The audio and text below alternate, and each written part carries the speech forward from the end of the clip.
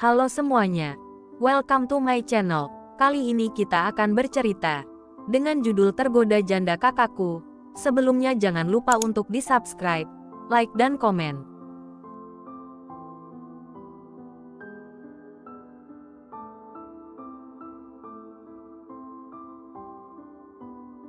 Episode 47, ke Bandung. Sementara itu, di rumah sakit, sepasang pengantin baru sedang menunggu dengan cemas saat operasi sang ibu berlangsung.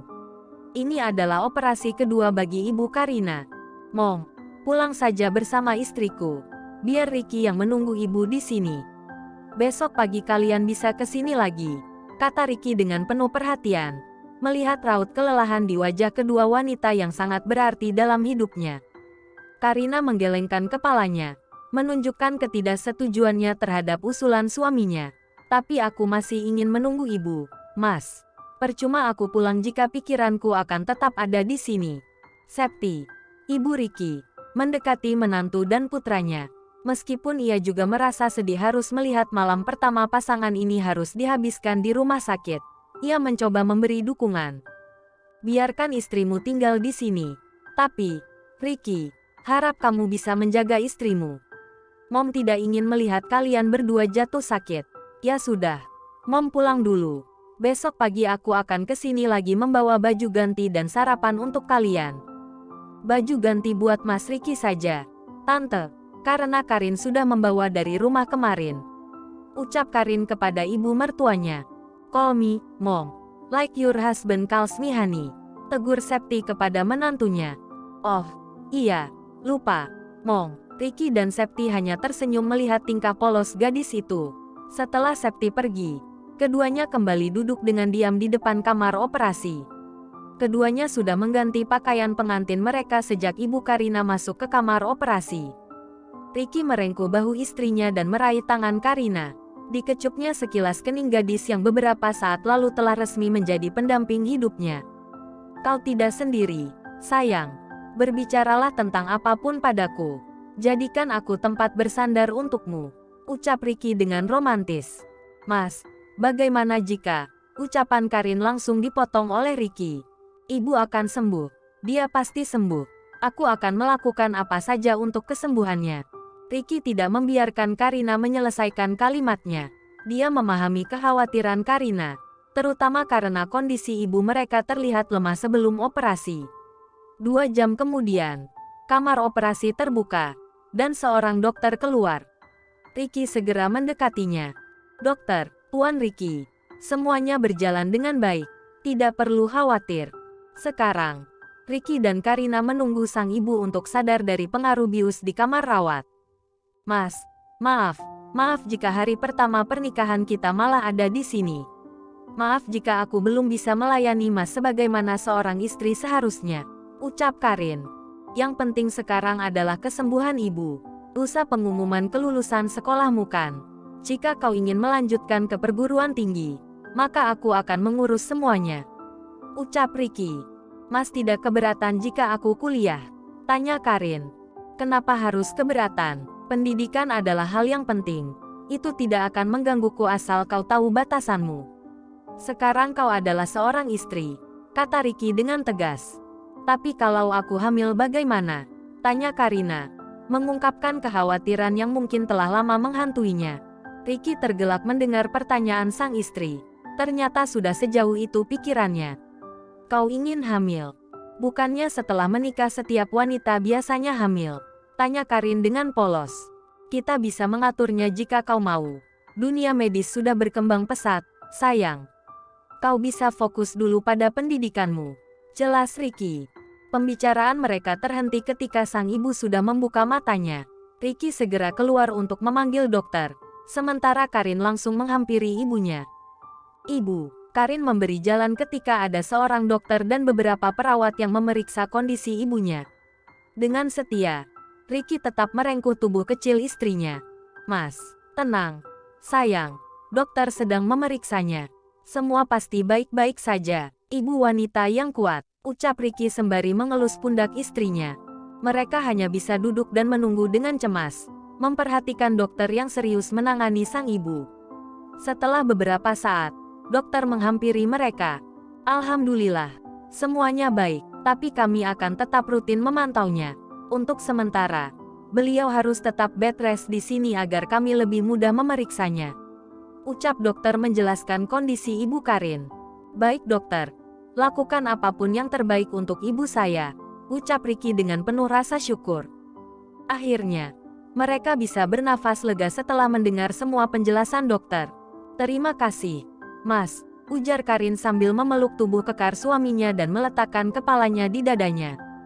Di sana, ia menemukan kedamaian karena merasa dihargai dan sangat dicintai. Dalam hatinya, dia berjanji akan berusaha menjadi istri yang baik untuk suaminya. Sementara itu di toko kue Anjani, Arga datang dengan wajah yang khawatir. Ibu sedang ke Bandung, Pak, bersama Tuan Raihan dan Mas Randika. Katanya ada pekerja yang kecelakaan saat bekerja di kafe dan harus masuk rumah sakit. Tadi si Tuan Raihan sudah melarang, tapi ibu memaksa ingin ikut, jelaskan seorang karyawan kepada Arga.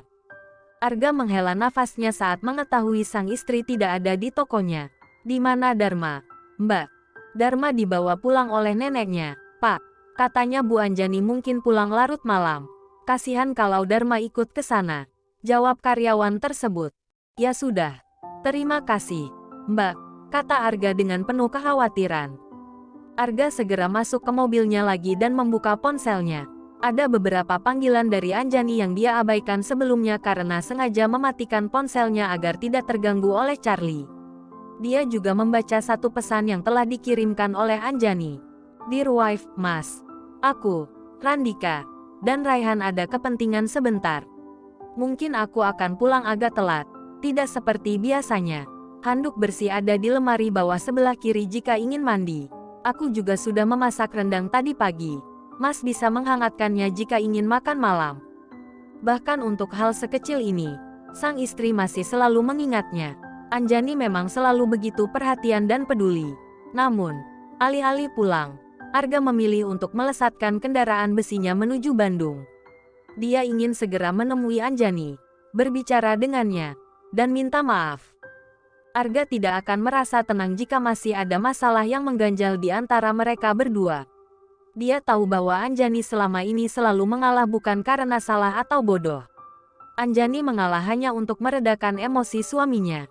Dia tahu bahwa jika dia mencoba menjelaskan sesuatu saat Arga marah, itu hanya akan membuat suaminya semakin marah.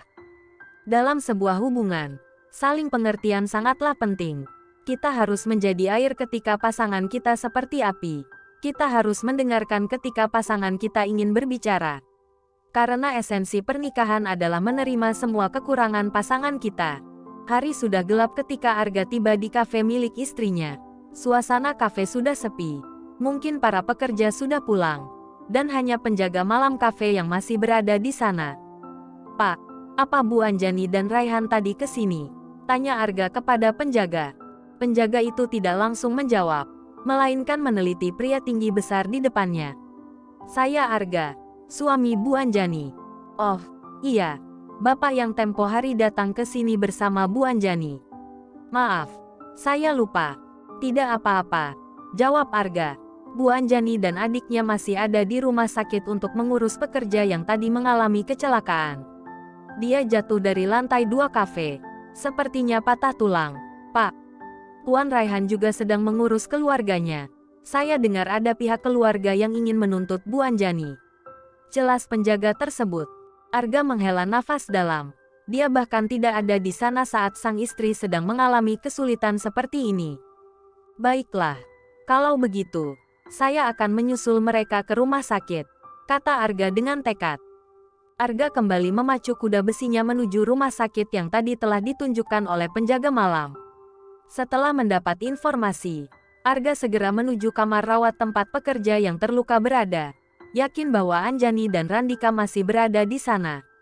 Loh, Mas, kamu datang kemari juga.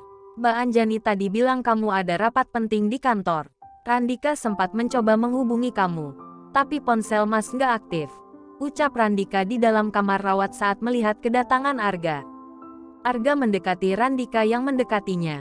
Dia mencari-cari istrinya di sekitar tempat itu. Mbak Anjani lagi ada sama dokter. Patah tulangnya lumayan parah. Jadi Mbak Anjani bicara sama dokter untuk memberikan pengobatan terbaik. Sudah 10 menit lebih mereka di ruang dokter. Randika memberi tahu Arga. Kamu dan Mbak sudah makan? Dik, tanya Arga. Dari tadi siang cuma makan combro yang tadi dibawa Mbak dari toko. Nggak sempat keluar makan soalnya. Nanti kalau urusan kelar baru kita cari makan. Mas, jawab Randika. Di mana ruangan dokternya? Aku mau menemui mereka, ujar Arga. Randika tidak menjawabnya, seolah sedang memperhatikan seseorang. Itu, Mbak Anjani sudah kesini. Ya udah, Randika mau nyari kopi dulu di kantin. Mata Randika udah sepet banget. Mas Arga sama Mbak mau dibawain kopi nggak? Tawar Randika. Nanti saja. Kamu duluan saja ke kantin, kata Arga, sambil terus memandang Anjani. Anjani mendekati suaminya dengan hati yang berdebar.